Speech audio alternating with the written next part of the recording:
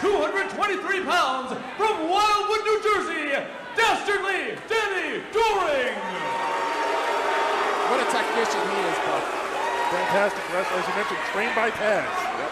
And his opponent in the corner to my left, weighing in at 282 pounds from Pepperland, the Blue Meanie. Fantastic abdominal shape on the Meanie, I must say.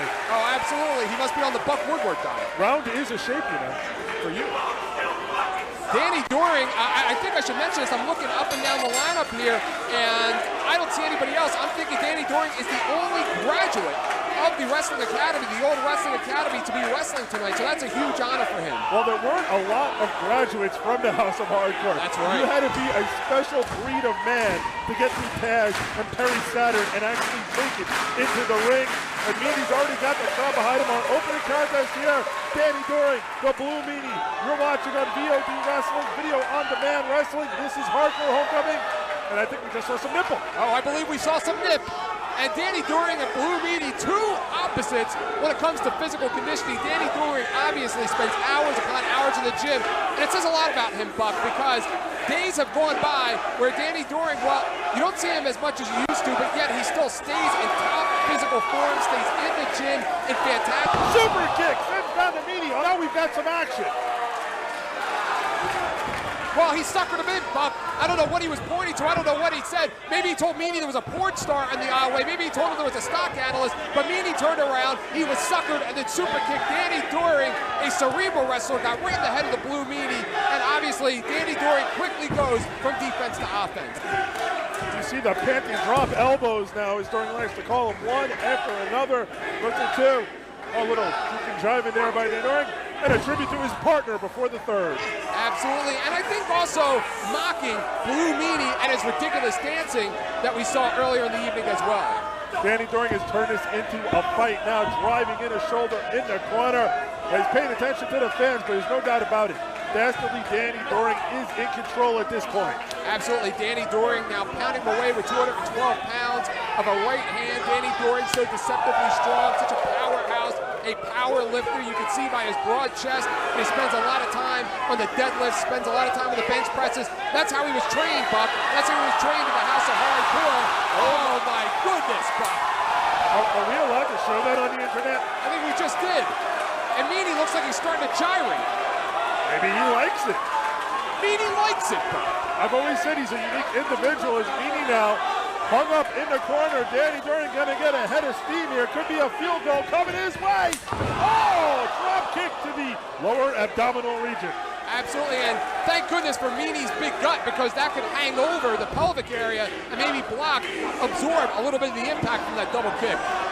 The Blue Meanie is down and he could be out. Danny Doring has been in full control of this match. Oh, just raking the eyes across the top rope. Danny Doring in complete control ever since the pre-match festivities ended. Oh, just pounds him in the corner. And absolutely, Buck. And again, I talked about guys having a lot on the line, guys wanting to prove something. You don't want to come in here, the opening match of November Rain, and lose, Buck. I mean, though, set them right down on the mat. Oh, hard forearm in the corner by Danny Doring. Sends Meanie for the ride. Doring measures him, charges in. No, Meanie catches him with the elbow. Bulldog by the Meanie. Blue Meanie with a second lease on life right now. He's going for the cover. Only a 2 count there. Danny Doring kicks out, but the Meanie is back to his feet. Meanie's a smart man, Buck. He's not going to showboat anymore. He's going right for the cover, going right for the pins. He wants to end this thing and come away with the W. There's an avalanche, but a reversal of the whip. Meanie sent in hard to the corner. Danny Doring goes in. No, Meanie uses the tights to put Danny Doring up and over. Doring kicks the photographer, goes to the top rope. Danny Doring flies. Meanie catches him. Power slam by the Blue Meanie. Oh, he drove him. Oh, wait a minute, Buck. I think he's setting him up for that Meanie saw. He's going for it. You can hear this crowd come alive as the Blue Meanie goes to the top rope. Meanie saw! Look out below! The Meanie does it! Ladies and gentlemen, the winner of the match, the Blue Meanie. Ladies and gentlemen, at this time, please welcome a very special guest. She is delightful. She is delicious. She is delectable. She is to any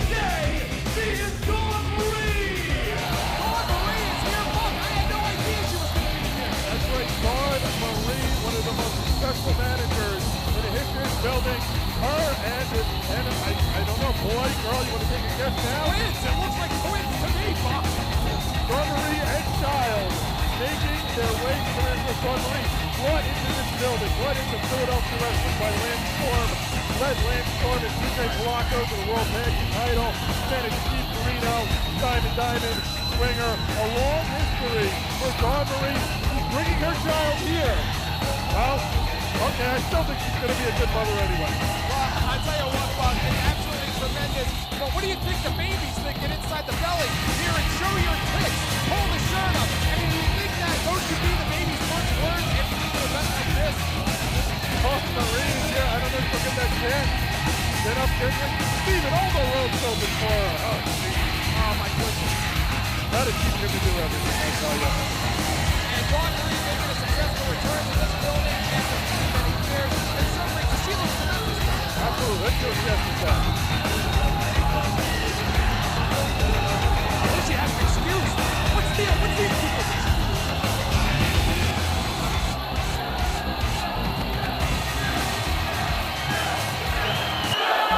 For those of you at home that want to know what that chant is, they're calling her a milk. You can look it up on the internet.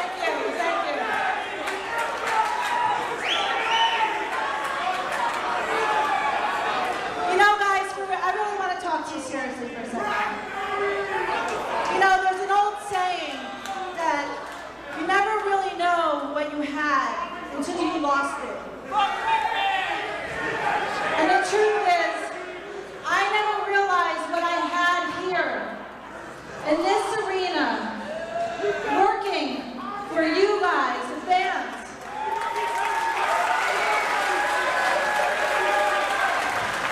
I realized that when I received my job at the Federation,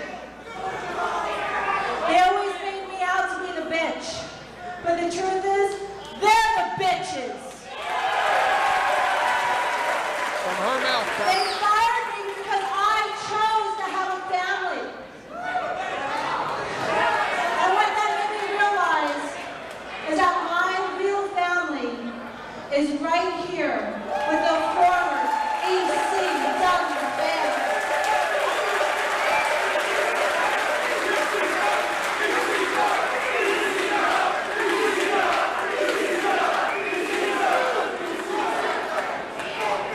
There was nothing in the world that was going to make me miss this. I would have came off the delivery table because Hardcore Homecoming is my family now. And I'm thankful. And no matter how small of a part that they gave me, because I'm not able to do more. There is a chant of "That's my kid" going out from 12 people, including a woman. I'm out of work and getting here. But no matter how small a part they allowed me to be part of tonight, which is holding the key for the cage match tonight, I'm going to do it with honor, and I'm going to love every single second of it because I'm here at home.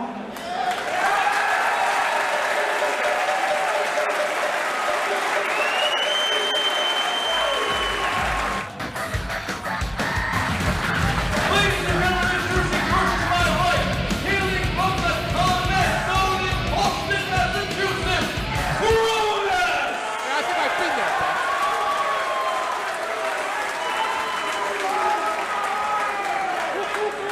And his opponent, hailing from Nutley, New Jersey, he is one half of the Hardcore Chair Swinging Freaks, Bull Mahoney! Oh man, Buck, I mean, if this match was won on fan approval, Balls Mahoney would be running away for it with the win, but unfortunately for Balls, that's not the case. The fans wondering where the partner is of John Coronas. He's not here. This is singles action. Should point out though, I mean, we talk about the hardcore elements, the blood, the chairs, whatnot. These are two great wrestlers. Yes. John Coronas, trained by Killer Kowalski. Balls Mahoney, an excellent amateur wrestler. Unfortunately, he was banned from amateur wrestling. And that is true, Buck.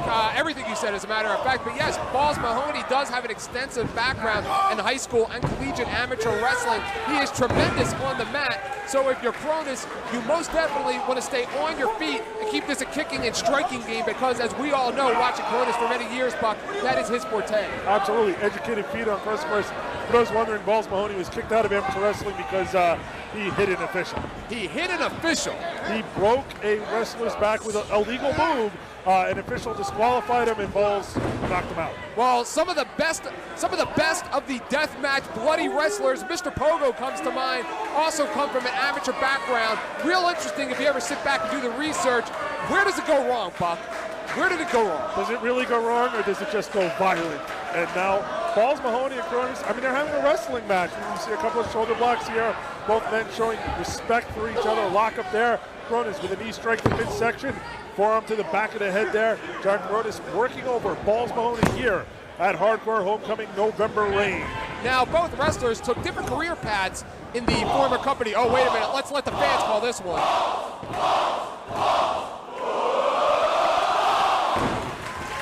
And a round of applause from Balls Mahoney as he takes John Cronus off his feet with a series of right hands. And Balls, wait a minute, head of steam here. Oh, he misses up and over the top rope. Balls Mahoney to the floor. Oh, absolutely. Balls Mahoney can get aerial. That's why he's so dangerous, Buck. He can brawl, he can wrestle, and yes, he can even fly. And speaking of flying, Buck, baseball slide there by Cronus. Balls Mahoney goes into the guardrail, and we've got a brawl outside the ring now. And wait a minute, Cronus is going for Balls' chair. it doesn't surprise me, Buck, that they've gone to the floor this early in the match. Forget the wrestling, let's brawl. That's what they're saying. Cronus with a kick right to the chest there of Balls Mahoney. Shot to the head, we're fighting on the outside. Irish whip there, Balls, no, reversal. And Cronus goes into the guardrail. 75 pounds of unforgiving guardrail right into the back, the lower back of John Cronus. Say hello to my little friend. Oh, and say hello to their guardrail. As Balls Mahoney charged, John Cronus caught him with a drop toe hold. Balls Mahoney went right into the guardrail and right into his own chair. Absolutely, John Cronus now with the chair, puts the chair back on the ring apron, going back after Balls Mahoney and Buck. It would not surprise me if Cronus keeps this matchup on the floor. Well, I mean, Balls went over the top to the outside. Cronus now shot to the head there of Balls Mahoney as he's taking advantage of him outside on the floor. Oh, measures, oh, you hear the smack and a kick to the chest by John Cronus. John Cronus, a 17-year vet, Buck. I mean, who would have thought that John Cronus, 17 years in the wrestling business, of course, as you brought up earlier, trained by Killer Kowalski. John Cronus had a different career path than Balls Mahoney. John Cronus, of course, came in to the former company here as a tag team, as part of the Eliminators, but yet kind of branched off for a little while into singles matches. I recall seeing him wrestle Taz a few times in singles matches, but wait a minute. A bloody Balls Mahoney now has the ring bell. Balls is busted open when he hit into the chair in the girl. He's got the ring bell. Oh, he just crowned Cronus with that ring bell. And I'll tell you what, Buck, it did not take long for the blood to start to flow here at November Rain. Balls Mahoney, the blood is dripping, the blood is flowing, and the same thing with Cronus. Cronus is busted open. Oh, Balls follows that up by throwing Cronus head first into the ring post. We've got both men bleeding here. They've been fighting outside now for several minutes. Wait a minute, Balls looking for a beer. He's got a beer. Oh, and a beer to the head of Cronus and half the front row. That may actually wake Cronus up. Cronus has never met a beer that he doesn't like, Buck. That may rejuvenate him before the match is over. Balls now with a bottle of water to the head of a bloody John Cronus. We've got a bloody outside the ring brawl here at Hardcore Homecoming November Rain. Absolutely, and as I mentioned before, bloody brawls weekend in and weekend out between these two. Not a surprise, it's bloody again here tonight at November Rain. And Buck, this is about pride. This is about who's the baddest ass here in the arena tonight. Is it Balls Mahoney or is it Cronus? They don't really care too much about titles and money. They just want the title of being the baddest ass in the building. Both of these men have had huge victories here. Balls Mahoney has won championship. Oh, super kick by Balls Mahoney. Sends down Cronus. There's a cover. 1, 2, and no! Cronus kicks out. How ironic would it be, Buck, if Cronus was to lose a match to a strike, especially from the feet? John Cronus has had a lot of huge victories here. He once defeated Team 3D almost single-handedly here. Oh, Balls Mahoney gets crotched on the top rope. Cronus, along with his partner Perry Saturn, even defeated Steve Williams and Terry Gordy in this building. This building means a lot to John Cronus. He's not going to let Balls Mahoney have the win easily, and he's setting him up for a superplex. Absolutely something new out of the playbook of Cronus. Big superplex right in the center of the ring. And look at Balls Mahoney holding his lower back, Buck. He's in trouble. Cronus pulling him over, goes for recovery, unable to hook the leg. 1, 2, and no! Balls Mahoney kicks out. John Cronus not fresh at this point in time, as we can plainly see, bloody, battered, beaten. He does not have enough to follow through, but yet he's going back up to the top rope. Of course, John Cronus known for his 450 splash, has a great aerial arsenal. Oh! Balls Mahoney just knocked him right off the top rope and all the way to the floor with one right hand. And there are no mats out there, Buck. That's a hard floor that John Cronus just splat. Just fell right on top of, nothing protecting him. That's gotta hurt. Balls pulling Cronus back into the ring. What a right hand by Balls Mahoney. Ooh! There's Cronus with a double shot to the side of the head. Cronus going back to the top rope. Balls being here now. Balls is going to return to favor. Superplex of his own. And again, right in the center of the ring, Balls Mahoney now with the adrenaline. As now Balls Mahoney going up to the top rope. Gonna come off. Frog splash, and that's one big frog in the pond. Oh, absolutely. I've never seen a frog splash out of the repertoire of Balls Mahoney. Everybody pulling new tricks out of the hat. 2 and Cronus barely able to get that left shoulder up. Both men are leaving it all on the line here. You're right, we are seeing new moves out of both men because they know each other so well. They had to pull out some surprises, but here is one old trick that has never failed Balls Mahoney in this building. Oh, absolutely, and he could go toe-to-toe with the best of them both. John Cronus may be unconscious.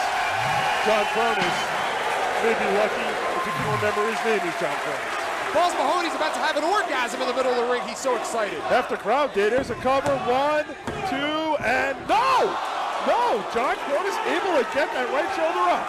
I question how smart that is of John Cronus putting the shoulder up. I'm thinking at this point, it's just pure instinct. He's got the chair. The fans want an encore, but it may not come from Balls Mahoney. Cronus kicked to the midsection. Right across the head. Hello, San Diego. Time delayed reaction from the chair shot by John Cronus. Balls is laid out here. Cronus could finish him off. He goes for the cover. Smart move. 1, 2, and no! Balls manages to kick out this time. Now look at how dented that chair is, Buck. 2 heads, 2 big heads went to the top of that chair. Face driver. He gave Balls a face driver right into the chair, and I think Balls may have caught his head on the edge of that steel chair, and Cronus is going up top. Absolutely, we've seen 450s out of Cronus.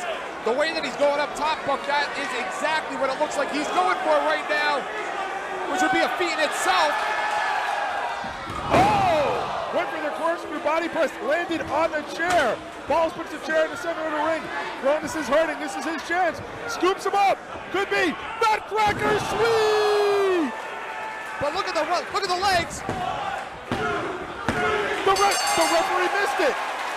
Cronus had his legs under the ropes. The referee sees it now. The referee missed it. It happens in his business, folks. Cronus' feet were underneath the bottom rope. Unfortunately, referee John Finnegan was not in position to see it. Balls Mahoney, have to be honest here, he's a little lucky this time.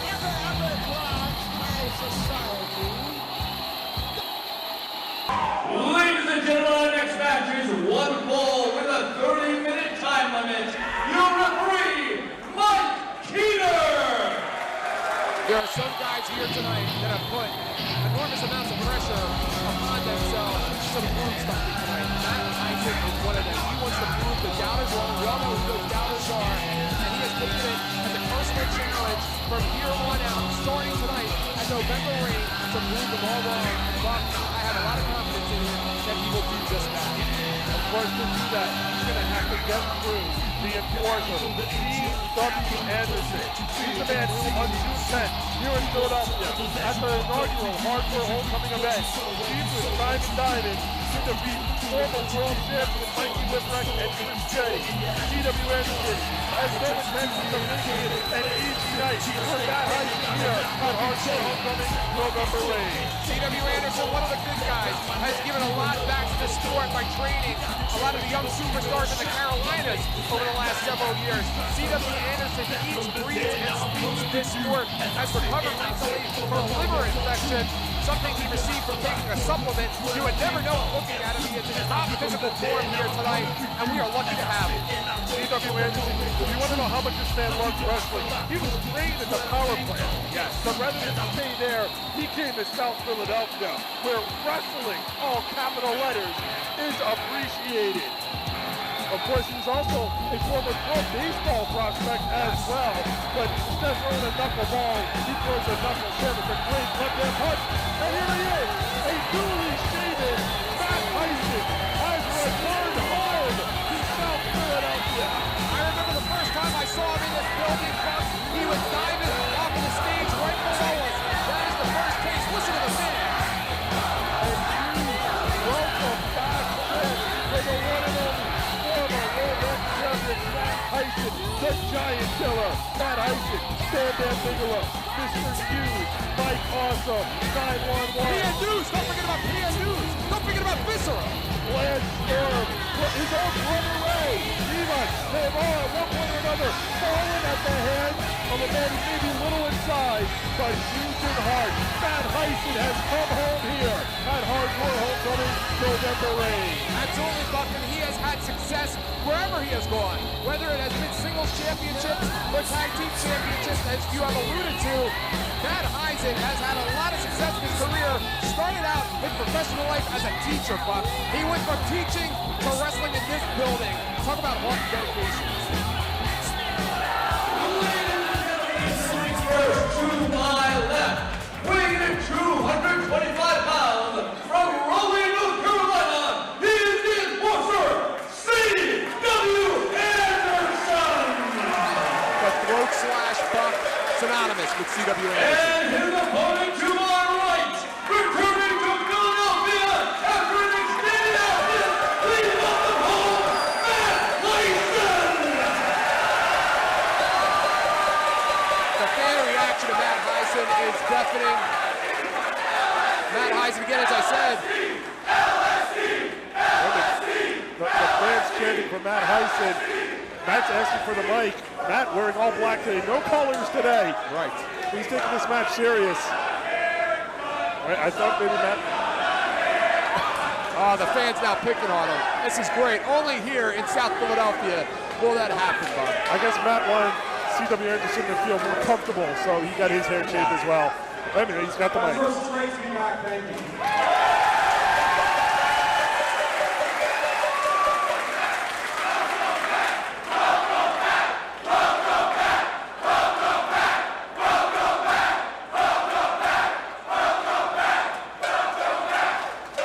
When I heard I had to wrestle CW tonight, I mean, I was ecstatic. He's a great wrestler. He's a great competitor.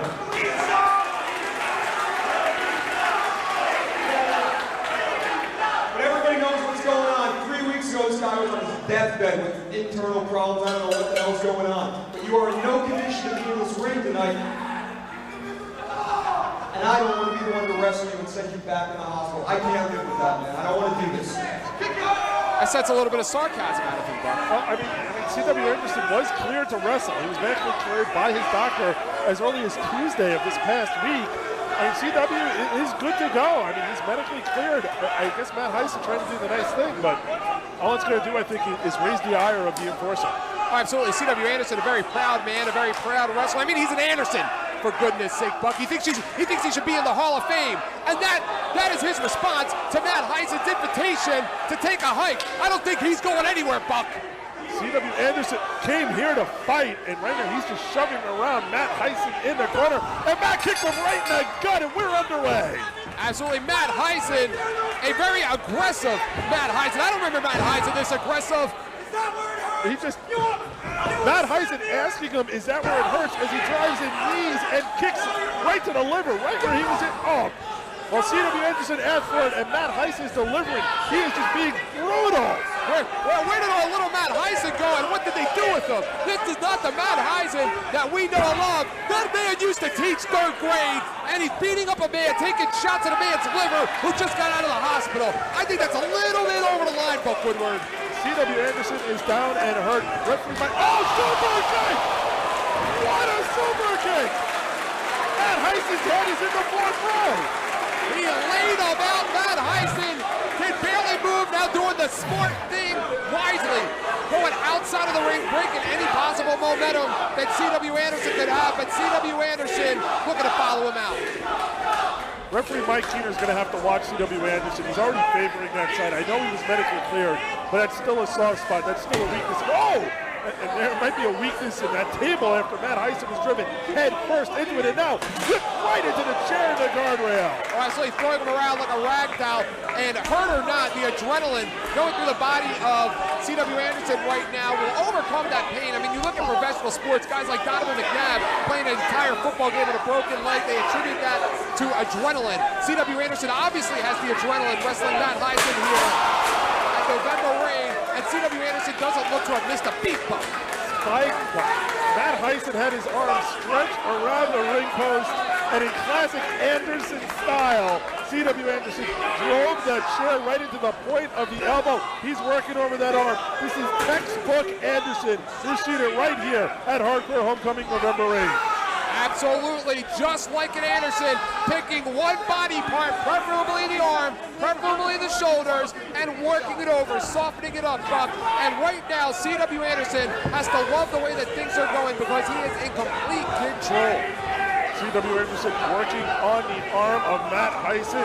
Chicken wings it behind his back, scoops up, body slam, dropping all the way to Matt Heisen, right across the arm. That's an old school Anderson move right there, if I've ever seen one. And another right there. I'm surprised C.W., like the Andersons used to do, they used to slap their opponent's face, but they would pull back that arm bar. Although it is a short night, we may see it yet to come. Well, there's a stop there as Matt Heisen falls to the floor. C.W. Anderson follows up there. He's still favoring his side a little bit, but he has taken over this measurement. Oh, back first into the guardrail. Absolutely. Now, I'm not as familiar with C.W. as you are. I've called matches of his in other places, but never have I been around when he used to be in the company that would run here regularly in South Philly. When I was a ring announcer, I was kind of going out as he was coming in, so you more familiar with his ECW career, but I watched from afar. I watched the television. I talked to my good friend Steve Carino about C.W. Anderson. Lots of good things to say. Everybody always used to say about C.W. Anderson, you can never underestimate him, Buck. Oh! Jujigatami arm there. He can break the arm. Absolutely. Matt Heisen going for that sunset flip. CW saw it coming, slaps on the Jujigatami.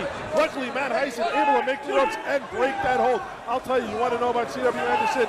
Tommy Dreamer has never submitted in his life, but he has said time and again, the only man that ever made him think about it was C.W. Anderson. Right, as a fan, I remember watching that I Quit match that he had with Tommy Dreamer, one of the most brutal matches ever in the history of ECW, one of the most brutal I Quit matches ever, and C.W. a part of it. Irish whip, no. Puts on the brakes, Matt Heisen. Could pick him up here. Is he going to do it? Oh, throw first, right across the guardrail. This is a new vicious side of Matt Heisen that I have never seen. I don't know about you, Buck. I have never seen this vicious of a side of Matt Heisen as I'm seeing right now. What do those people in Connecticut do to this guy? They've sent him over the edge. Matt Heisen is on a mission now to destroy C.W. Anderson. Just rammed his side right into the guardrail. He has a steel chair now across the back of the neck of C.W. Anderson. And oh!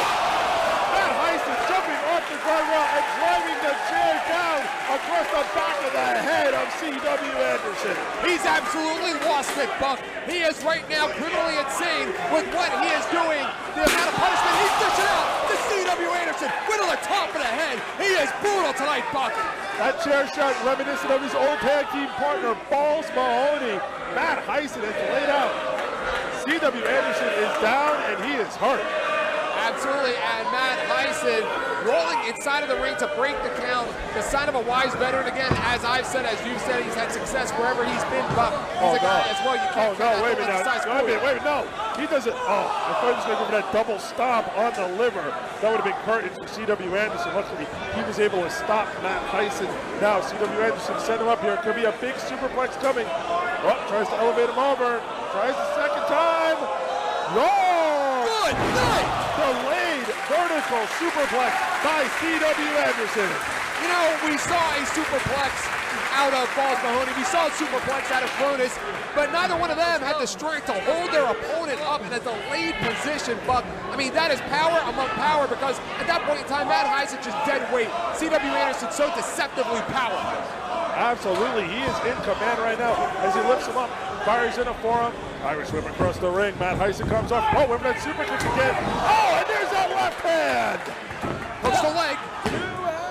Oh, Matt Heisen kicks out. That left hand so crisp. That knockout punch of C.W. Anderson. Oh, he's a southpaw, all right, and he loves every minute of it. C.W. Anderson right now, I think, Buck, he was invigorated by Matt's speech earlier in the match or invitation. I think that brought out a side of C.W. Anderson. Eye rake and a headbutt to the midsection there by Matt Heisen. Matt Heisen working him over now. He could be going for the acid drop. No, block, spine buster. No, sunset flip brings him over. 1, 2, and 3. He got him. He got the 3 count. Ladies and gentlemen, your winner of the match, Matt Heisen. Your winner tonight is Matt Heisen. C.W. Anderson has asked for the ring mic. We're going to give him an opportunity to speak his mind to these fans here in South Philadelphia. You guys will just bear with me for a minute. That's something I have to get off my chest. Like Matt said a few months ago,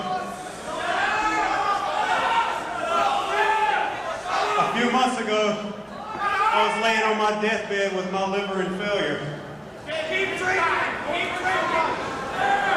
Now, personally, I want to thank a few people.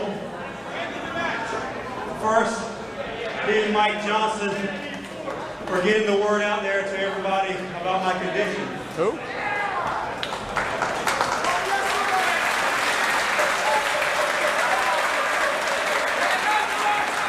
Second, the rest of you guys for the emails and stuff and the well wishes and the prayers you sent me.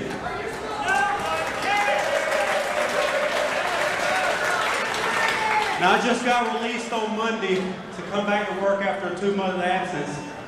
And even though against my family's better judgment of not working, there was no chance I was missing wrestling in front of you crazy son of bitches.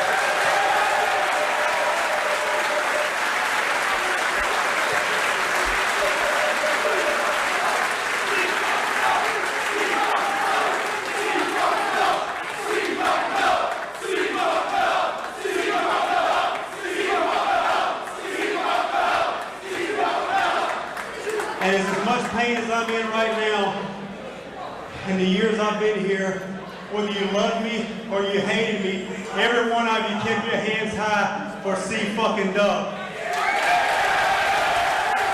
In a business that people say sometimes sorely lacks class and dignity, it is an honor to have someone like C.W. Anderson here at Hardcore Homecoming November Ring.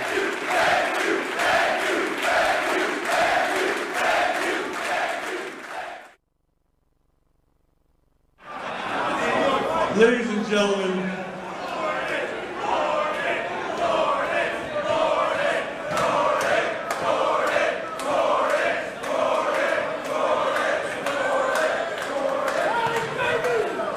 it's only fitting that this should all end with the place it all began, right here. Fucking right! This is fitting. And tonight, I have one of the greatest honors of my life. I get to induct someone into the Hardcore Hall of Fame. Please, if you will, watch the video screen.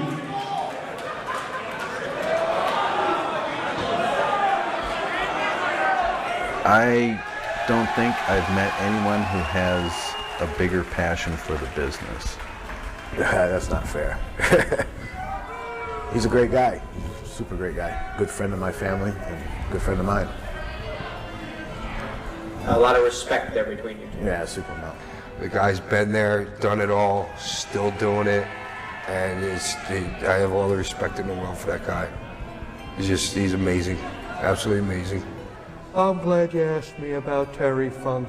Funk would just sit there and you'd go to the ring, and afterwards you'd have to decipher it yourself. Okay, tonight he kept throwing me out of the ring for some reason.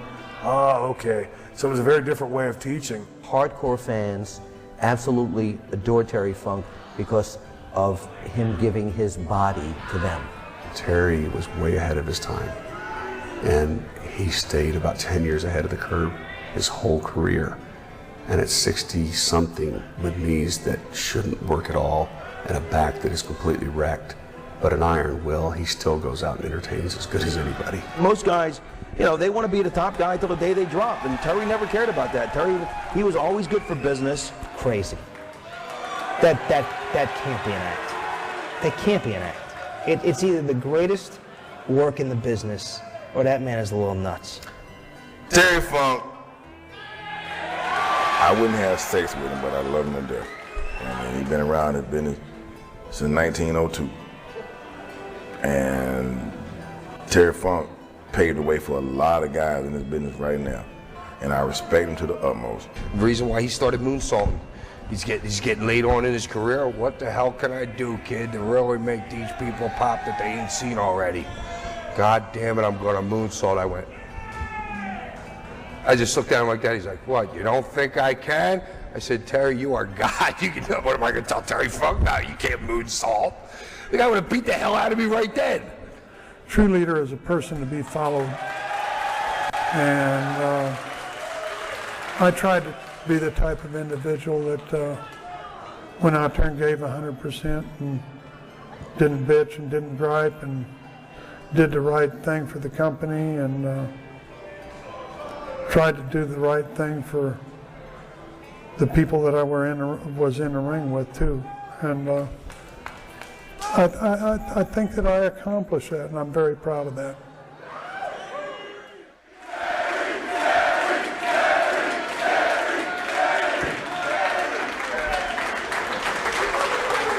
Ladies and gentlemen, I have to tell you, this is the man I respect more than any person I've ever met since I started in this business. Back in 1992 when I first got television, and nobody else knows this story, I've never told it before to anyone. I called him first. Before there was Paul Lee, before there was Eddie Gilbert, I called Terry Funk. I said, Terry, I'm going to start a TV show. Would you come up here and run my TV for me? I want you to know what he said to me. He said, Todd, you can't afford me. That's a true story. Raise my hand to God. This man, I owe more to than anybody I could ever even possibly imagine. Without him, you wouldn't know who Sabu is. He did that.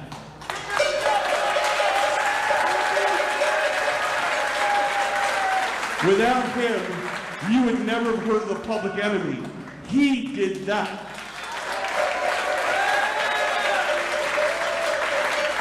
Without him, you'd have never heard of Shane Douglas. He did that. And sure as I'm standing here, without that man, you would have never heard of me. So it is an honor, it is a privilege to unfurl the banner to induct you to the Hardcore Hall of Fame. May it be there forever. Wow, look at that, Bob. Ladies and gentlemen, the first inductee into the Hardcore Hall of Fame. The fans are telling you his name. I don't need to repeat it again. What an honor it must be tonight.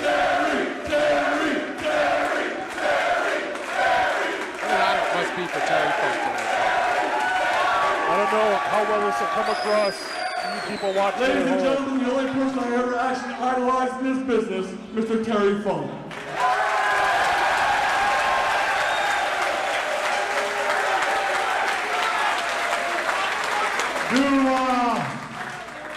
Do I deserve to be the, excuse me, but do I deserve to be the first one in this Hall of Fame?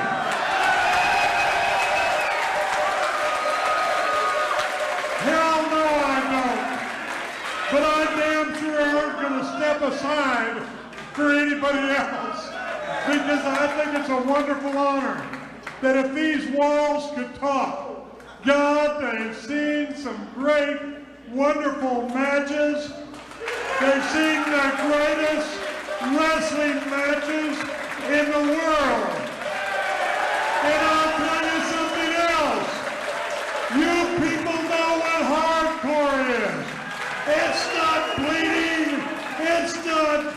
it's not chairs, it's giving 110% when you're in the damn ring. Now, it's Paul Dangerously.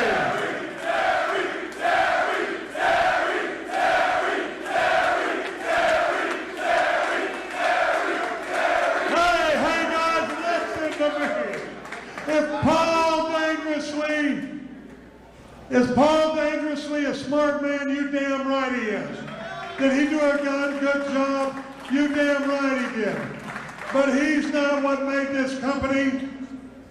And I'll tell you something else, is if you take Raven, he did a hell of a job, but he's not what made this company. You take Benoit, he's a damn good wrestler, but he's not what made this company. Sabu, what a hell of a performer. What a great guy in the ring. He didn't make his company. Balls Mahoney, even though we love to say Balls, he didn't make this company either. So who made this company? I wish it was me, but it wasn't me. It was a little bit of each and every one that came up here, but most of all, I want to let you know, most of all, who made this company, and Todd Gordon will agree with me. And this is no bullshit. It's not a bit of bullshit. And you don't listen to anybody that'll tell you that I'm up here talking bullshit, because I'm not. But I'm going to tell you who made this goddamn company what it is today and successful for all this time. It's each and every one of y'all out there. You're who did it. So let me say, hey, let me say, there you are. There you are. David, you're the one. You're the one.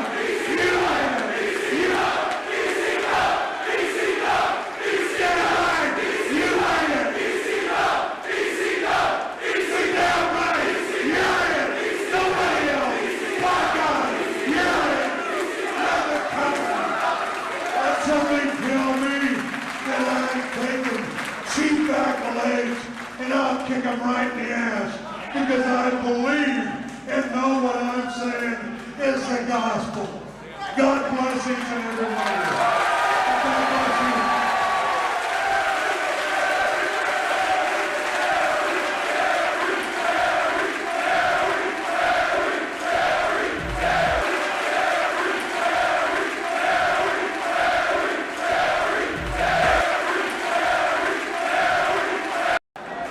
Ladies and gentlemen, it is now time for Taipei Deathmatch 2! It took 10 years to sign a rematch, but we've got it tonight at Hardcore Homecoming, November 8th.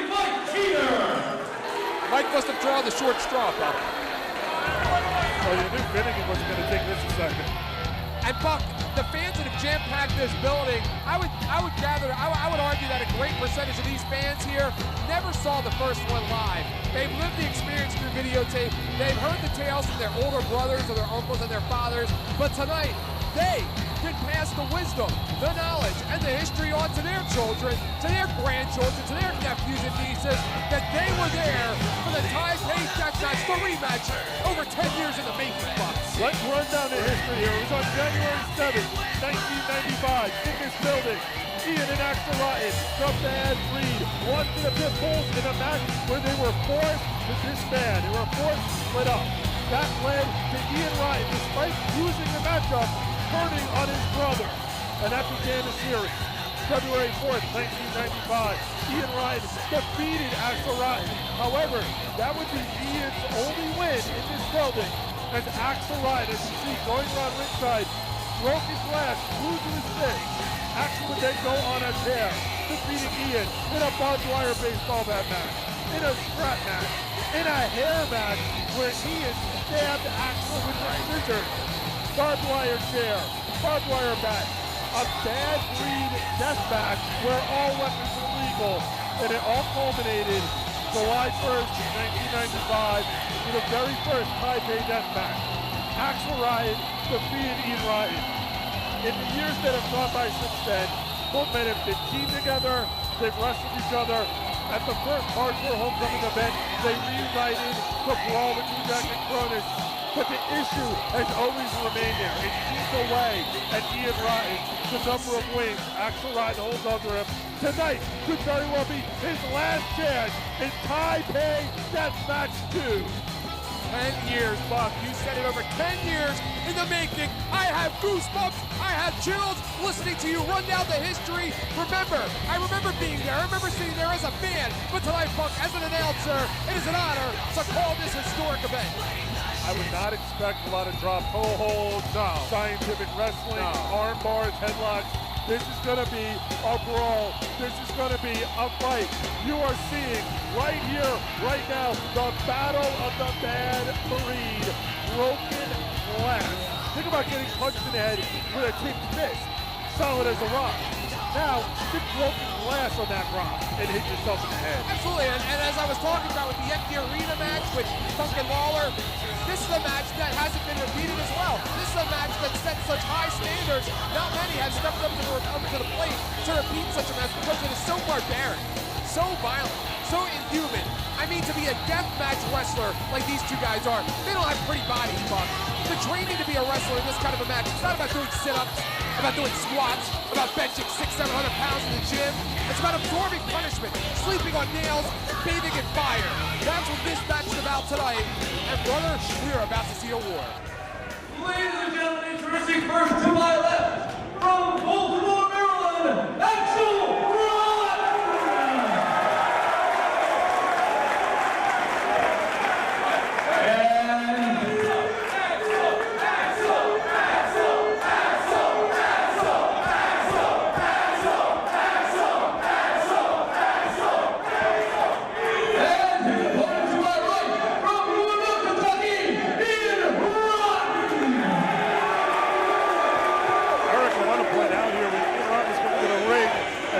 Something with him. It turns out he's put a staple gun on the ring apron. Well, if anybody out there, any of our fans watching our webcast tonight follow Ian Rotten in his IWA Mid-South, they know that Ian Rotten loves to use those staple guns. And here we go, folks. They're going to be duking out. Remember, each punch covered in broken glass. I've never called boxing before. I guess this would be hardcore extreme boxing. Well, this is Tarver and Jones on a different level.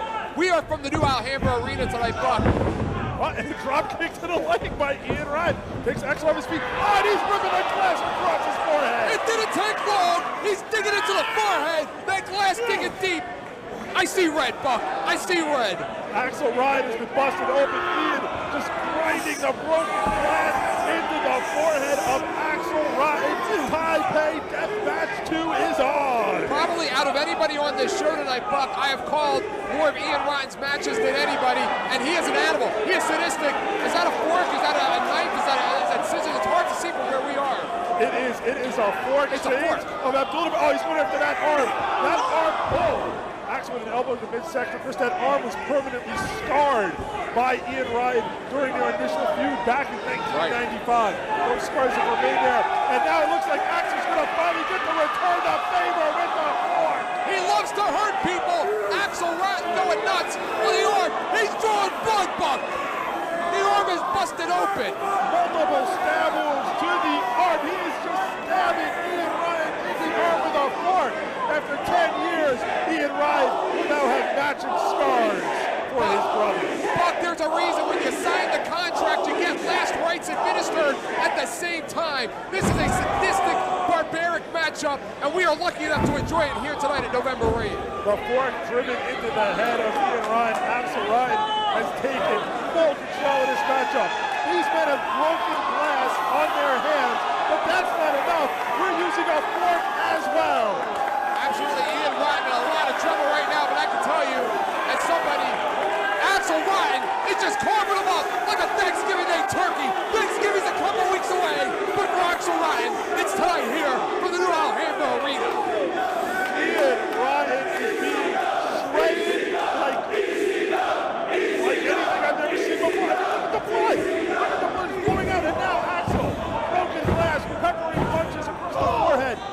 boy, that kick downstairs by Ian. Uh-oh, now he's got the fork. Oh, he's going nuts. Ian Rotten, I have watched him before. He almost had the arm of the Necro Butcher amputated in a match. It was so brutal. And you're talking about two guys, Buck, that are pissed off. Oh! He threw that fork into his groin! These are two guys that are bitter, they're angry, they are tired of guys like Terry Funk, Sabu, New Jack, Balls Mahoney, guys like that getting the credit for putting the hardcore on the map here in Philadelphia. I've talked to them. They don't like it. They don't like it one bit. They are here to send a message tonight. It was in 1995, the first time ever that this building became famous. It was due to the violent nature of their battles. That's what got the magazine coverage. That's what got the reporters and the photographers from all over the world here. And they're taking it to the outside. If this were to happen in the streets, both men would be arrested. Absolutely, and just like back in 95, Buck, the middle of the card, we're not talking about the top of the card, the opening match, the middle of the card, let the fans salivate over it. Tremendous. A bit of history we are watching here right now. Wait a minute, now he's wrapped the arm around the ring post, and he drove the fork into the bicep and just stabs Axel Rotten with that fork. Absolutely. Ian Rotten is a deathmatch tournament winner himself. He's won his own deathmatch tournament, quite frankly, but has competed in quite a bit. Axel Rotten has done his time in the death matches. Hello! There's a chair shot. Insult to injury, and Axel likes it. Axel likes it. Axel Rotten is a fantastic wrestler. Oh, yeah. He knows how to wrestle. Absolutely. But you know what? I think he realizes this is his true element. Brawling and fighting in front of these fans in South Philadelphia. And we got the fork back in action again. This is what he likes, Buck. He's not about playing politics. He's not a big politician when it comes to the locker room. He likes to just come out here and fight. That's just sick. He just stabbed a man in the forehead with a fork. Oh! Back kick by Ian Rotten. Axel Rotten, I believe, may still have his hand on that fork. Well, the fork is in play, all right. Ian's got a hold of it now. Ian's got the fork. Oh, this is just brutal. He ripped the fork around across the arm of Axel Rotten once again. These two men have just been stabbing each other. Stabbing with a fork. Now Ian's looking for something out of the crowd. They're just ripping the flesh off of each other's bodies, Buck, and they're loving every minute of it. What he has to on the crowd. Why use a fork when you have glass taped to your fist? That's what I want to know. Wait a minute, Ian apparently got some dollar bills out of the crowd. That's what they would expect to see in a Danny Thornton. Oh no. Oh no, he's got that staple gun. And he's got those dollar bills. Ian Rotten actually has pioneered a matchup called the Unlucky 13, Buck, where the object of the match is to staple $13. Oh no! He put the dollar bill on his tongue! He put the dollar bill on his tongue! Oh my God! I can't believe what I'm seeing here, Buck! A dollar bill stapled to his tongue! Just when you thought you had seen it all, the bad read. What upset! Stapled the dollar bill to his tongue and then ripped it out. Ian Rotten pioneered a match called the Unlucky 13, where the object is to staple $13 to your opponent's body. Ian Rotten getting a dose of his own medicine. Ian Rotten is down. He is hurt. We got another dollar bill. Axel has that staple gun to the ear, the cheek, the cheek. Oh! Oh! What on the cheek, Buck? Axel Rotten has stapled a dollar bill to the cheek of Ian Rotten. That hardcore homecoming November rain. Ian Rotten's gonna come home tonight with more dollar bills than a stripper after this night, after this match is over, Buck. Ian Rotten, I don't know how he's supposed to. No, no, no! Oh! Oh! Well, if Axel Rotten wasn't circumcised before, he is now. And right to the arm. This has turned into the Unlucky 13. This is just amazing. We are seeing bloodshed and brutality, and the fans love every minute of it. Oh, the fans, they love Ian, they love Axel. I would say it's split about 50-50 down the middle. I think I see a bag of thumbtacks. The thumbtacks are in play. And you hear this crowd. They love every minute of it. We've got broken glass. We've got staples. We've got forks. And we've got thumbtacks. Ian Rotten sets up Axel. No! Back body drop on the thumbtacks. Axel Rotten sets up. Big splash. Here's the cover. 1, 2.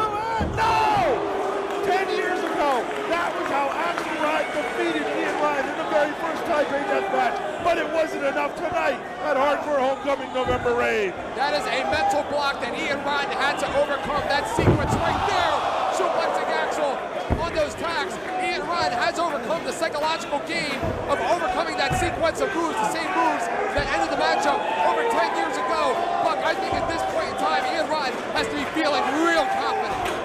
We have thumbtacks all over the mat. Both wrestlers have broken glass glued to their heads. There is bloodshed. There have been staple guns used. There has been a fork used. And now Ian Ryan has gone under the ring and he's pulling out chairs. Ian Ryan loves the chairs. Ian Ryan loves using foreign objects. You mentioned scissors before. You can get anything out of Ian Ryan. Who knows what he's got in his jeans? But right now, he has some chairs in the ring. Oh, driving the edge of that chair into the back of Axel Ryan. Ian Ryan now setting it up in the ring. Obviously, he's going to play the construction game. He's got something in mind for Axel Ryan. Absolutely, Axel Ryan can barely get to his feet. Axel Ryan has been in a lot of wars here tonight. We've witnessed many of those wars live firsthand. I've witnessed many of the wars that Ian Ryan has fought firsthand, but Buck, this one has to rank up there with all. Ian Ryan has arranged a chair across 4 other chairs set up in the ring. He's got a bloody Axel Ryan. He's got something in mind here as he takes him over to the corner. Yeah, right now, he's pounded Axel Ryan into the top turnbuckle, but his sights are set on the contraption of chairs. Fans showing their support for both men as Ian Ryan puts Axel Ryan sitting up on the top rope. You can see the chairs there set up in the center of the ring. Axel's fighting back though. Oh no, no! Axel's under him! Powerbomb into the chair! Axel Ryan going for the cover, Buck! That's it! It's over! Ladies and gentlemen, your winner of the match, Axel Rotten!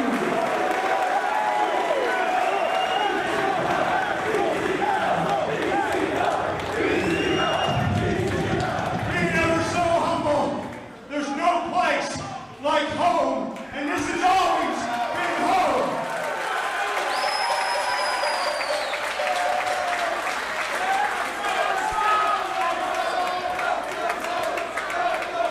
I just want to say something. You know, I left this company before, I guess you could say, the heyday of it really happened. And I want to tell you something. If anybody ever deserved to make a lot of money in this wrestling business, it's Axel Rotten.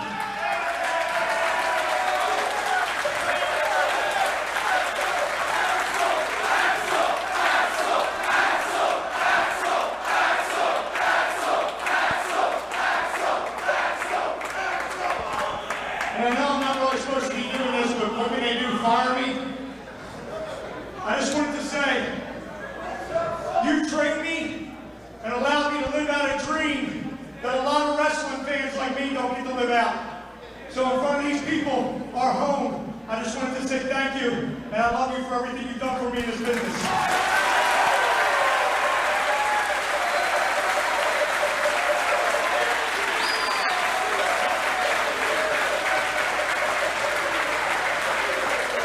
Philadelphia, thank you for welcoming us back 10 years later, and we still show you why Axel and Ian Rotten are the two sickest motherfuckers that ever walked in this building.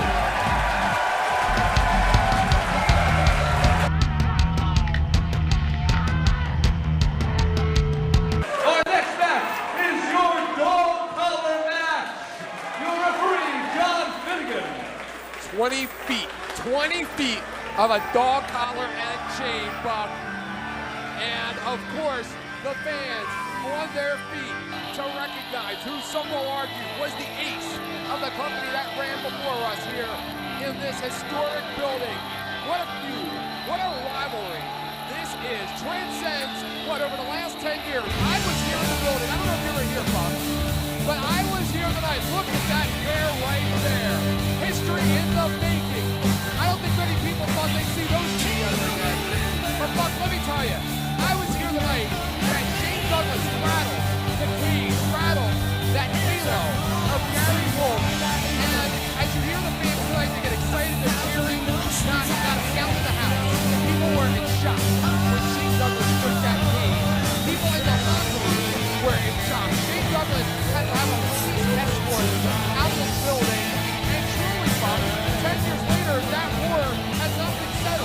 tonight is Will Meade.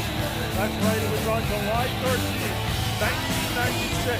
On that night, Francine turned on her dancing of nipple. Shane Douglas became the World Television Champion, and Shane Douglas broke the neck of the Pitbull Gary Wolf.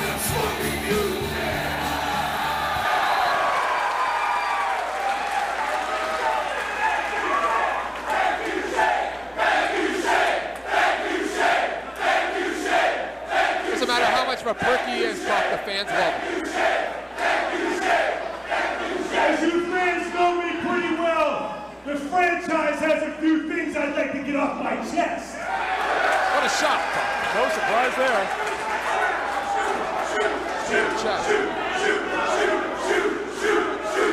Fans know it's coming. Of course, Francine and Shane Douglas reunited at the first hardcore homecoming event. If you fucking insist. Okay, you Irish cocksucker in Stamford, Connecticut. Look at where it really lies. It ain't in your pocket, motherfucker. It's right here in goddamn Philadelphia, Pennsylvania. Testify, Brother Shane. Amen. And I get a wait.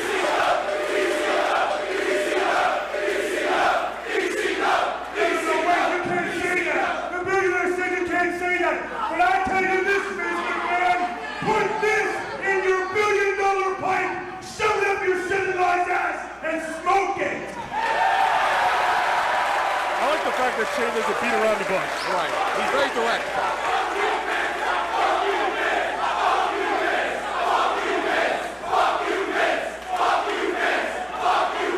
Catchy. That is a piece of unfinished business. I watch Forever Hardcore, and I hear Gary Wolf still whining 10 years later that I broke his neck. Boo fucking who? Oh, come on. He broke his neck right there in the ring, had an insult to injury when he threw him down when he was wearing a surgical halo. Before God and my father tonight, Gary Wolf, I will finish the job. You will end up in a fucking wheelchair after this match tonight. So help me fucking God. Shit like that just doesn't happen. I mean, it was either it happened or it didn't happen. I mean, I can't say it was accidental. May have been, may have not been. Well, to this day, Gary still says I broke his neck. And I beg to differ. I say he broke his neck. Ladies and gentlemen, introducing first to my left, accompanied to the ring this evening by the Queen of Extreme, Francine. It's her fault. She started this whole thing, Buck. And hailing from Pittsburgh, Pennsylvania, he is the franchise, Shane Douglas. And his opponent to my right, hailing from this very building in the back alleys of South Philadelphia, he is the original Mad Dog of War, Pitbull Gary Wolf. I mean, Buck, this is such a brutal match. Maybe the most historic dog collar match, the Starrcade '83 with Greg the Hammer Valentine and Rowdy Roddy Piper. In that match, Rowdy Roddy Piper lost, 60% of his hearing in that matchup. That's how deadly and dangerous this type of a matchup is. And I don't think the rivalry is anywhere near as intensely personal as this one is. I was backstage earlier. I picked up that 20-foot chain. That chain is heavy. These two men have to drag that chain around. Remember, this is hardcore chain match rules. No touching corners. It's pinfall or submission in the ring, and the trash talking has begun. Absolutely. Shane Douglas, the franchise, who revitalized his career here in this building many years ago. And Buck, it should be noted that when the original concept of the franchise was talked about, originally he was going to wear jerseys of football players and baseball players, and it was going to be a sports-related character, but Shane Douglas said screw that and took a life of its own. He took the character, made it into a life of its own, and of course the franchise has evolved to become a stablemate here in this building and one of the most pioneering characters in the history of this sport. Well, evolution is reversing here to its base form as Pitbull Gary Wolf, series of punches now choking down the franchise Shane Douglas. Shane Douglas is a wrestler, and I dare say he's a much better wrestler than Pitbull Gary Wolf. But this isn't about wrestling. This is about fighting. And when it comes to fighting, you can't necessarily ever beat a pit bull. But Buck, I wasn't here for the first hardcore homecoming, but Shane Douglas, he got down with the barbed wire with Sabu and Terry Funk. So he can get down with the hardcore, with the chains, with the barbed wire, with the tables. He is an all-around consummate athlete. And what hurt Shane Douglas more than anything else was the way that he left the company that ran here before in this building, the new Alhambra Arena. It was called something else. He wasn't even given a plane ticket to appear at that event's pay-per-view, yet he was labeled a quitter. Yet the promotion at that time sent press releases out saying Shane Douglas didn't show up to wrestle Just Incredible. Shane Douglas said, "I'll show up, send me a plane ticket." But not many people know that, and that hurts. That hurts deep down inside, and that's the root to a lot of why we even have a hardcore homecoming. He wanted to do it right. Shane Douglas sent Pitbull Gary Wolf into the ring post. He's taken over down there on the floor, head first into the ring post again. The Pitbull is in trouble. Shane Douglas showing that he can bring the hardcore, if you will. He can brawl as he throws Gary Wolf into the girl. Oh, have a cold one, Shane Douglas. Absolutely, I hope he's got a designated driver. Even the ref got some of that right in front of the hat guy. And now a chair. Oh. Gary Wolf is busted open, Buck. A chair to the head of Shane Douglas. You see the crimson flowing from the forehead of Gary Wolf. The result of being thrown head first into that ring post. But that chair shot has Shane Douglas down. Oh, he just spit. He just spit on the former world champion Shane Douglas. The Pitbull is angry. He is mad. And Shane Douglas is covered in beer. Oh, look at the look in the eyes of the Pitbull. Looks like he just saw a newborn baby. He is all over Shane Douglas right now, remembering what it was like when he sat home with a broken neck. And he may have another one on top of that. Shane Douglas fighting fire with fire, using the chair to the back of the head, right in the shoulder, actually, of the Pitbull. He is a bloody mess. Shane now getting the length of that chain together. He's going to try to choke him out. He's choking the Pitbull at ringside. This is a barbaric brawl. Shane Douglas choking Pitbull Gary Wolf with a Pitbull punching out of it. And it all started with Francine, Buck. It all started when Francine was managing the Pitbulls as she turned her back on her Pitbulls, specifically Pitbull number 1, the late Anthony Durante, and of course aligned herself with the franchise Shane Douglas, and they became the commodity that they did. It's her fault, Buck. Wait a minute, there's one of those. Oh!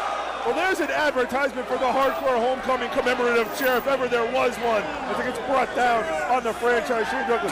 This match, unlike most chair matches, has been taking place more on the floor than in the ring. That's because hardcore rules are in play here, folks.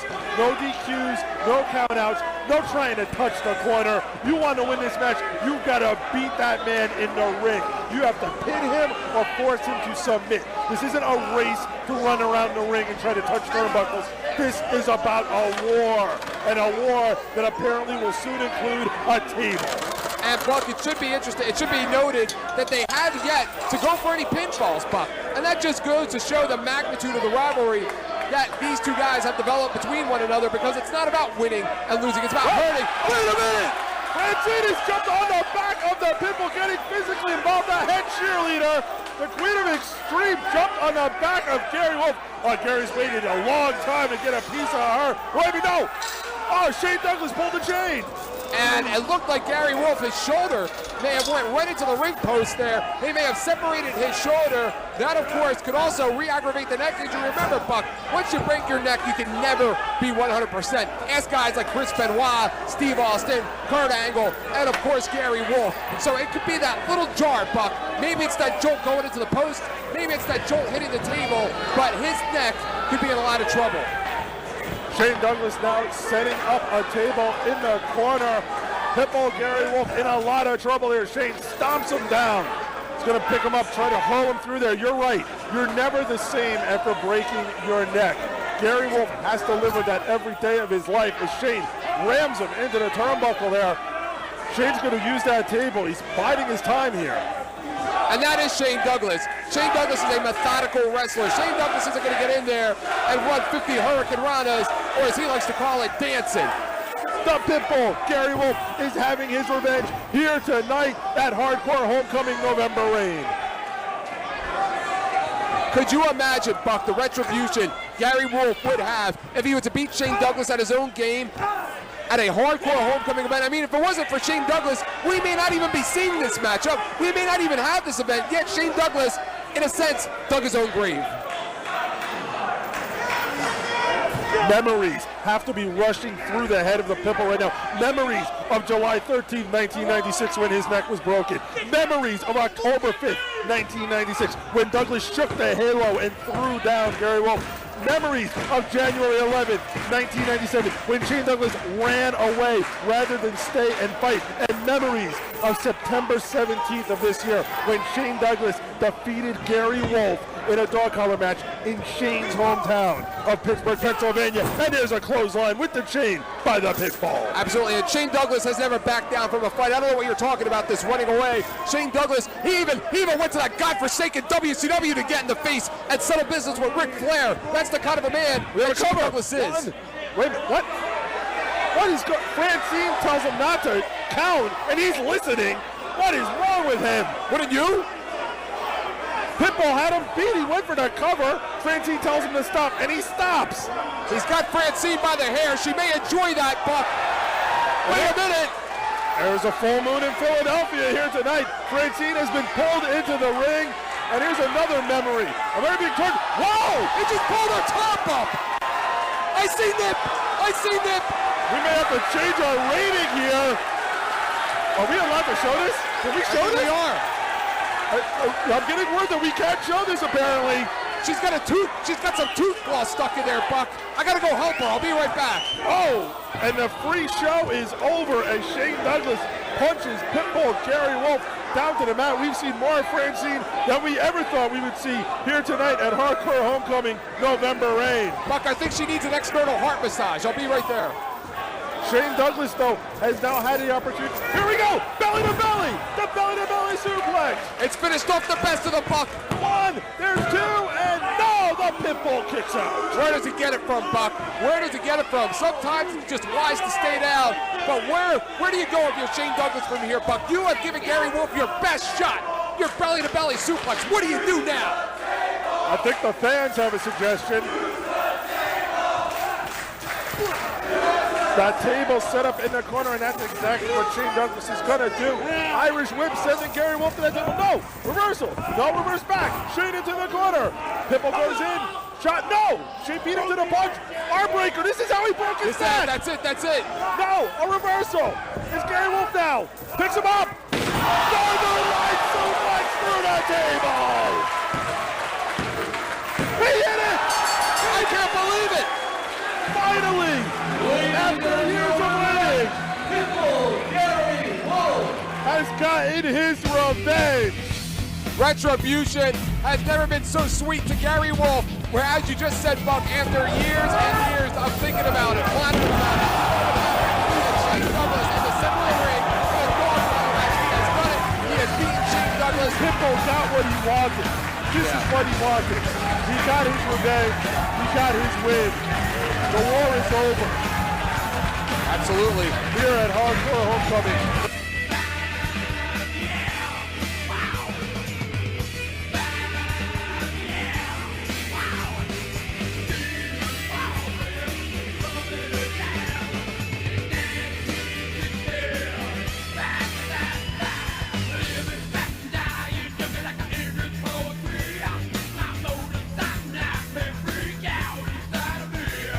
Calling the action, I am Buck Woodward.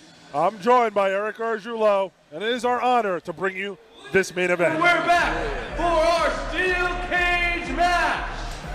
Your referee, John Finnegan. At this time, please welcome the keeper of the keys to the steel cage, the lovely Dawn Marie. And the Red Hot Mama has returned to the new Alhambra Arena. Dawn Marie and Son are making their way down the ringside. Can you trust them? That's what I want to know. Can you trust them? I mean, yeah, we heard about how she's turned over a new leaf, how she's becoming a mother, how she's got a different change of an attitude. But I mean, quite frankly, where is her allegiance? Where does her allegiance lie? Does it continue to lie with BJ Palazzo? Where does it lie with Jerry Lynn? Well, let's be honest. Even if Dawn Marie were to take and open up the cage, it's not like she can really run in there and do anything about it. I mean, that is true. She could open the door and maybe, throw in a chair or something along those lines. Exactly. but then it would be fair game for either man to get a hold of.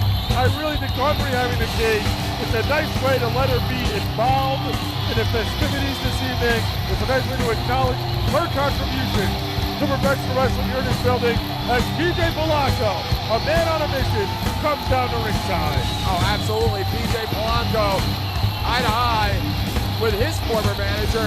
He and Dawn Marie have quite a history, don't they, Buck?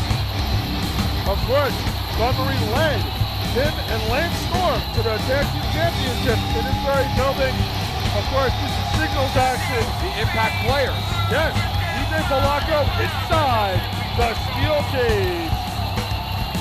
He's not cool. He's, I believe I can say it, incredible. Just. And again, what happens? What happens if Dawn Marie goes into labor? Who's going to take the key? In the event that Dawn Marie goes into labor, I believe we'll give the key to another pregnant female here in the building. I mean, have you ever gotten between a pregnant female and a key?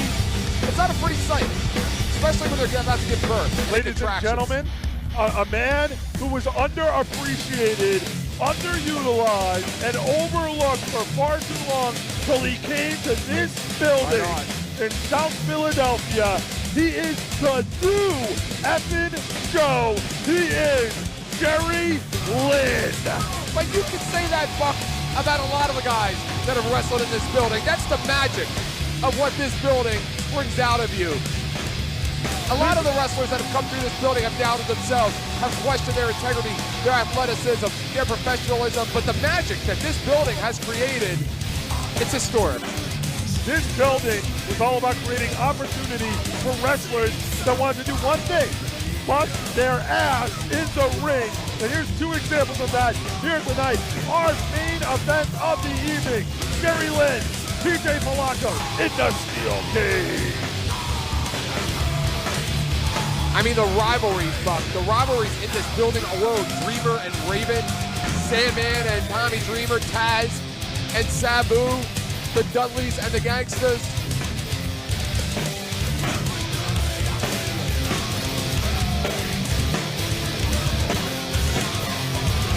Just like the old days, Buck. We will have a winner tonight. Ladies and gentlemen, introducing first from Ozone Park, New York, PJ Polanco. And his opponent from Minneapolis, Minnesota, he is the new effing show, Jerry Lynn. Jerry Lynn with a reputation miles long, but reputation means absolutely nothing once the cage door is locked and he has to stare eye to eye with PJ Polanco, a man that is absolutely obsessed with beating Jerry Lynn.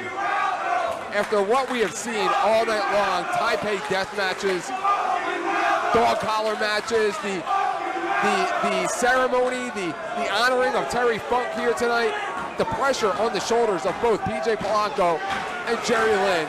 And Buck, if there were ever two guys back there that can deliver in this kind of a pressure situation, it would be these two. Jerry Lynn and PJ Polanco locking up, working their way around the ropes right now to start things off in this steel cage match. Jerry Lynn's got him backed into a corner. Are we going to see a clean break in a cage match? Why? Why would the referee break? I never understood why a referee would break up something like that in a cage. What's he going to do, disqualify him? Jerry Lynn broke clean, but apparently not fast enough for PJ Polanco, who's making friends in Philadelphia once again. And again, remember, Dawn Marie, the keeper of the key at ringside, Buck. Jerry Lynn, PJ Polanco feeling each other out here in the opening moments. Jerry Lynn, of course, you said it, been a professional wrestler since 1988. My first recollection of seeing him were the wars when he had with Sean Waltman in Global. Remember the Mr. JL days? I'm sure he would like to forget those. I was about to say, I don't think that was his proudest moments. His proudest moments were here in this building in Philadelphia. The wars he had with PJ Polanco, the wars with Rob Van Dam, the classic matches he had. And wait a minute now, hammerlocking. Whoa, put on the brakes there. PJ Polanco managing to stop himself just short of having his head rammed into the steel. Something I remember about PJ, when I was a ring announcer in the company, during intermission, PJ would usually wrestle before intermission, And PJ would always pull me aside, as he did everybody. He would say, how was my match? What do you think I could have done wrong? But I'm just a ring announcer. What do I know? And I would be as polite as possible. I would not tell him anything to critique him because who am I? And he'd say, okay, cut the bullshit. What do you think? And that's the kind of guy he is. He wants you to be straight up with him. And that's the kind of a man he is in and out of the ring. So I would like to see PJ Polanco get his win back. But Jerry Lynn, one of the most respected men in this business, Buck, as well. Jerry Lynn with the flying head scissors, then the arm drag into the armbar. We're actually seeing wrestling to kick off this steel cage match. That's the interesting thing about PJ Polanco. As arrogant as he seems outside the ring, he was always looking for ways to improve. He took his craft seriously, folks. As much as he might spit at fans and yell at them, at the same time, he was a student of the game, trained at the Hart Brothers Wrestling Academy. PJ Polanco knows about wrestling, and right now he fires off a chop on Jerry Lynn in the corner. A second chop. Now Lynn reverses the situation. Chops by Jerry Lynn inside the steel cage. And Jerry Lynn's not going to have any of that. He's going to chop him up old school style. What a forearm shot, Bob. Jerry Lynn, Irish whip from Jay Polanco across the ring. Oh, Polanco up and down in the cage. Lynn off the ropes. Oh, puts on the brakes, tries his. No, Lynn blocks it. Chop there by Jerry Lynn. Series of chops now. And Polanco goes to the eyes. Neither man has tasted the steel yet. Absolutely. I have to think, Buck, that a match like this really plays to the favor of PJ Polanco. Because Jerry Lynn being unable to fly. Oh! Super kick! Lynn went to the air early, coming off the second rope, but PJ Polanco took that super kick. One, there's two. And well, we almost had a very short ending to this steel cage match. Yes, Jerry Lynn not being able to use propane, to use sentons to the floor. Jerry Lynn loves to use moves from the ropes to the floor as a counter, as an offense, as a defense, and he can't do that. And this constricts Jerry Lynn. It's a constricted environment in there, and I think that plays to the favor of PJ Polanco.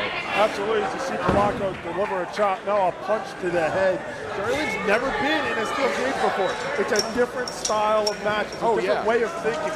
Like you see Polanco now put Jerry Lynn down, work him over now. Polanco standing on the top rope as he pounds away at the head of the new effort show, Jerry Lynn. But Lynn firing back, and we've got a battle at the top of the cage. Oh, absolutely. And you never know when you watch professional wrestling how secure a steel cage is. And when you're a wrestler up there, you can only trust the steel cage so much. I think it's going to go to the floor. Jerry Lynn rammed twice into the cage and then gets crushed on the top rope. Again, that experience factor in the cage now coming to light here. PJ Polanco ramming Jerry Lynn twice into the support beam across the top of the cage. And PJ Polanco now letting the fans hear about it, and he's starting to limp, Buck. He's starting to limp a little bit. PJ Polanco maybe an early injury here, but he's definitely in command at the moment as he throws a punch to Jerry Lynn, a second punch to the head. Jerry Lynn in a lot of trouble earlier, raking his face against the mesh. He's already busted open. Well, Jerry Lynn the first to taste the steel as he is having his head rubbed against that mesh fence. Cuts dug into his forehead. He is in a bad predicament right now. PJ Polanco, the captain of the ship at this point in time of the matchup. Polanco firing off and only his right hand to actually hurt his own knuckles. Punching Jerry Lynn so hard in the head. Jerry Lynn is busted open.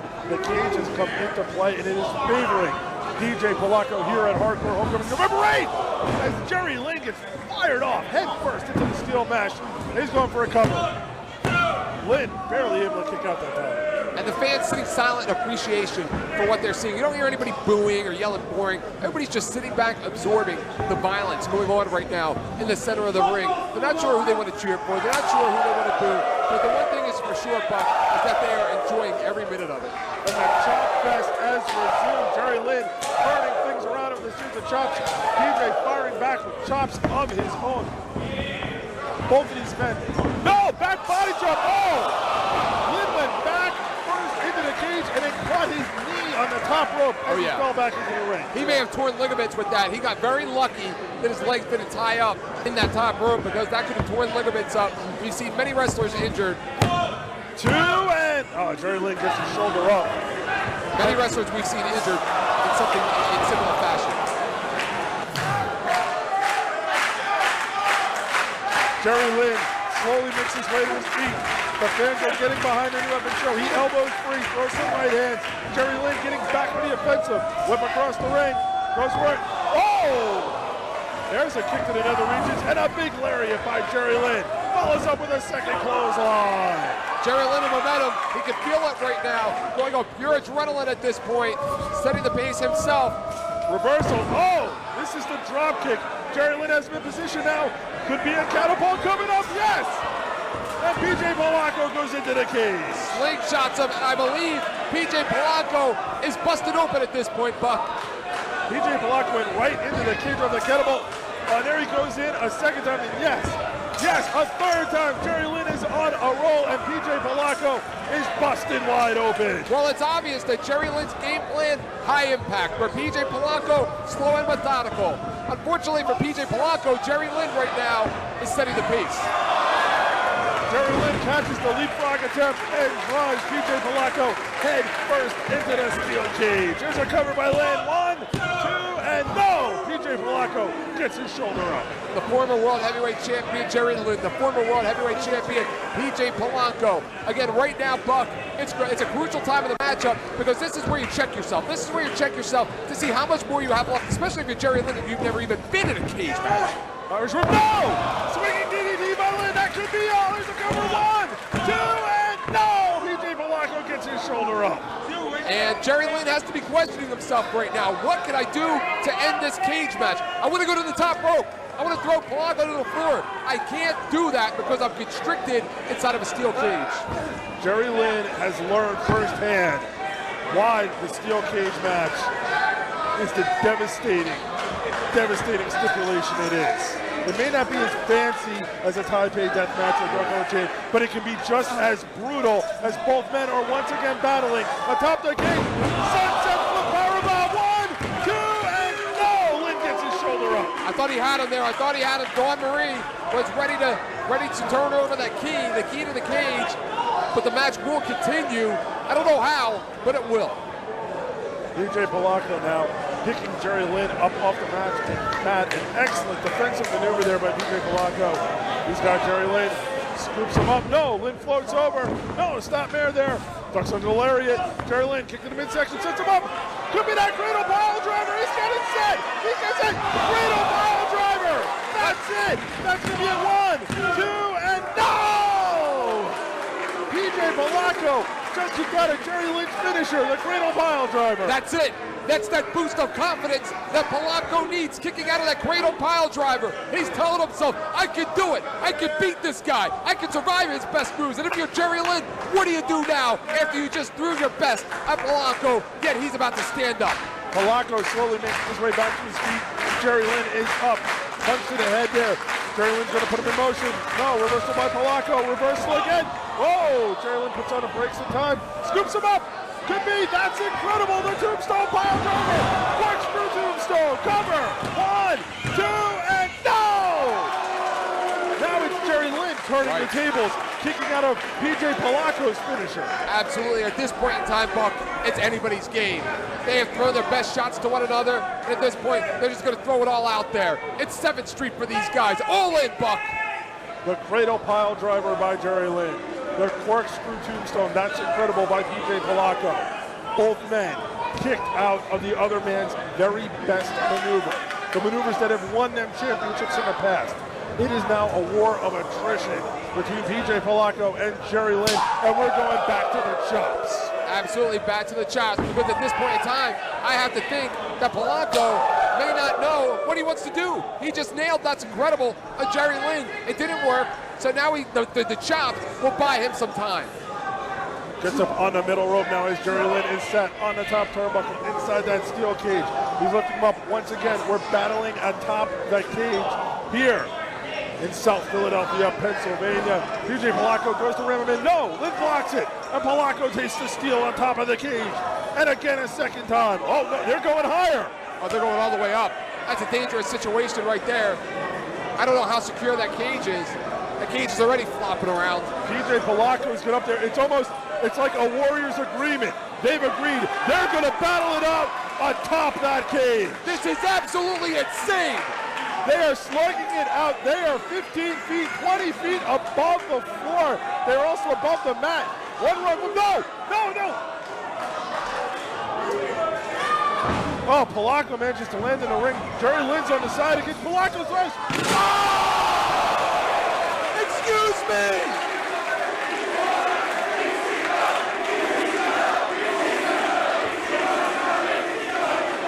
Jerry Lynn has fallen from the side of the steel cage at ringside. Dawn Marie has unlocked the cage door. Out of concern for Jerry Lynn. Referee John Finnegan has to check and make sure Jerry Lynn can still continue. And that's the advantage that Polanco has. Polanco familiar with the cage. Jerry Lynn not familiar with the cage. Jerry Lynn may have been able to defend himself against something like that had he wrestled in a steel cage match before at some point in his career. That's what gave Polanco the advantage. Lynn is still down on the floor. Referee John Finnegan checking, making sure he still wants to continue. Polanco has exited the cage, which he's not supposed to do. He was supposed to remain in there, but this battle's gone to the outside now. Oh, this has gotten personal now, Buck. This is just all personal. PJ Polanco has picked up Jerry Lynn, and he's going to throw him right back inside that steel cage. Lynn could barely stand up. Lynn fell, what would you say, about 16, 18 feet in the air, Buck to that table? He was clinging to the side of the cage when Polanco ran into it full force. Jerry Lynn's back to the cage. Polanco has grabbed a chair. He's got a hold of it. He's arguing with referee John Finnegan. Look at this. Oh! He just pulled a Michael Hayes on him. Referee John Finnegan has been blasted with the door to that steel cage. We need to get another referee out here. We've got a steel chair in the ring. Things are not looking good for Jerry Lynn right now. Well, at this point, he can't disqualify them because it's a steel cage match. So why not if you're Polanco? That's what you got to say to yourself. Why not? Well, we've got no referee. The door is still unlocked. Dawn Marie needs to back away. She's way too close to that cage door. Wait a minute. Lynn got him. Lynn hit him. Calling the kryptonite crunch. Called the reality check. Wait a minute. What's this?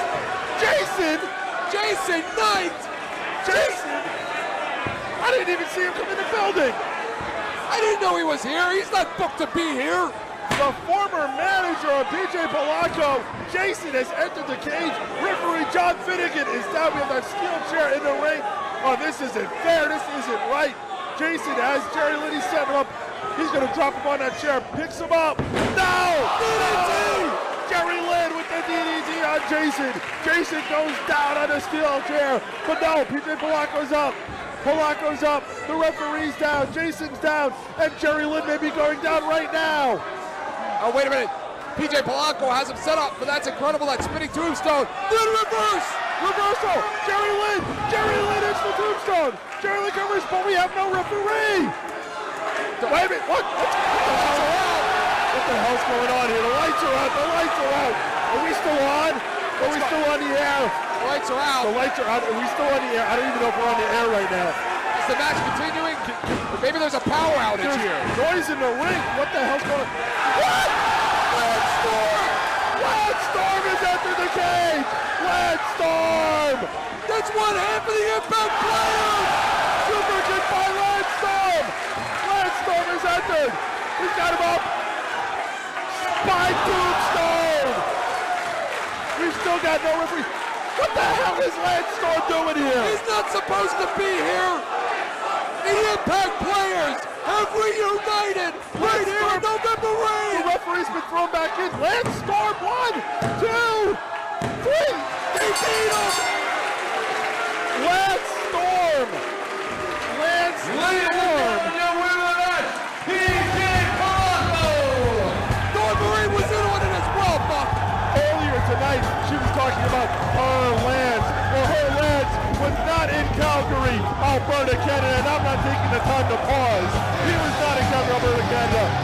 Jason, Dawn Marie, PJ Polanco, and Lance Storm, the Impact players, have just fought Jerry Lynn, his very first steel cage match here at Hardcore Homecoming, November Rain. You know, when I watched the first DVD of Hardcore Homecoming, I thought Mick Foley was a hell of a surprise. But this is no surprise. This is just a shock. This is a shock. I'd like to be serious for a minute. Oh, not that gag again.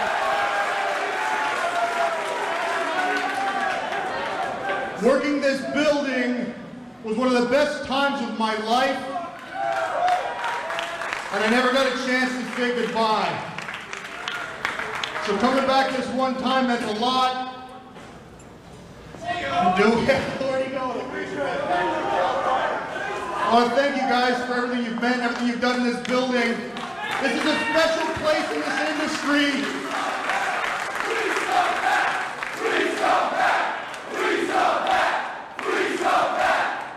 I imagine Jerry Lynn would like him to come back right now. Oh, yeah.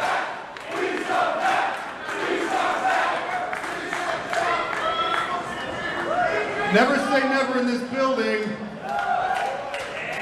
If I do, this will be one of the places I want to do it in. I want to thank you guys for everything you've been in this industry, this company.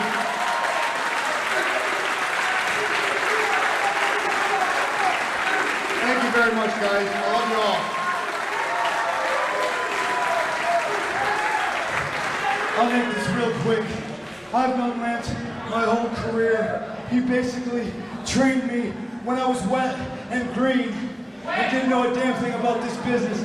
This man taught me everything I know, and he did this one very special night. He did it not just for me, not just for Jason, and not just for Dawn, but I know he did it for each and every one of you people in Florida. So love us or hate us, we are one of the best teams, and we have the passion of this great business through our veins. Thank you very much, and seek out. He did it for everybody but Jerry. Yeah, Jerry Lynn, who's bloody and battered and slowly getting to his feet inside the steel cage. I said earlier tonight in an interview, this was my very first cage match in my career. And I'm damn glad that I was able to do it in front of this crowd right here. Thank you, guys.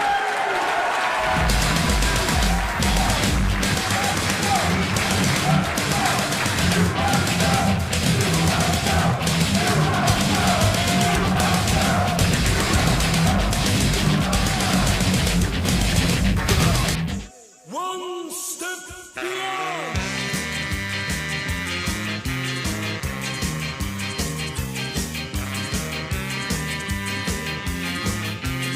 Definitely making a statement when the very first match on Ultra Clash was